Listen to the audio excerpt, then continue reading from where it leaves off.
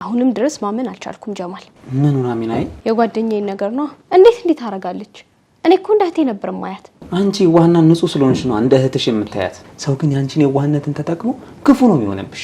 ቆይ የሷ ትዳር መጥፎ ስለሆነ ባለቤቷ ስለሚዋሻትና ስለሚበድላት የኔ ትዳር እንደዛ መሆን አለበት ብላ እንዴት ታስባለች አሁን ይሄ ከመጥፎ ቅናት ውጪ ሌላ ምን ይባላል አሚናይ እኔ እኮ ቅድም ከበሩ ጀርባ ሆኜ ያን ሁሉ የውሸት ወሬ ሲሰማ በጣም ነበር የተናደድኩት ጓደኛሽ ናት በማለት ነው የታገስኩት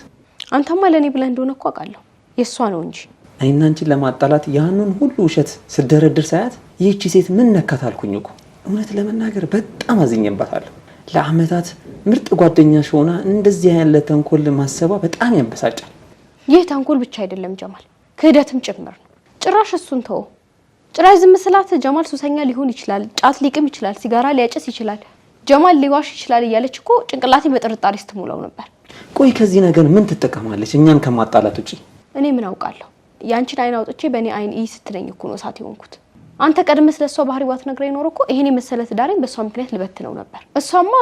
ህይወታችን መሃል ገብታ ህይወቴን ዘበራርቃ ጀሃነም ልታረገው ነበር ያሰበችው በቃ ይሻለኝ አሁን እኮ ሁሉም ነገር አልፎ እኔ እኮ ቀድሜ የጠረጠርኩት ነገር ስላለ ነው እንጂ እሷ እኮ እንደ ጠላት ነው እኔን የምታይ አንተማ ለሷ አስበህ እኮ ትዳሯን ለማቃናት ስትመክራት ነበር የኔ አንቺን መውደድ መንከባከብ ምንም ነገር ነው የማይመቻት በጣም ነው የሚቆረቁራት ግን ይሄው እውነቱ ወጣ አሁን ማንንም በመሃላችን አይገባ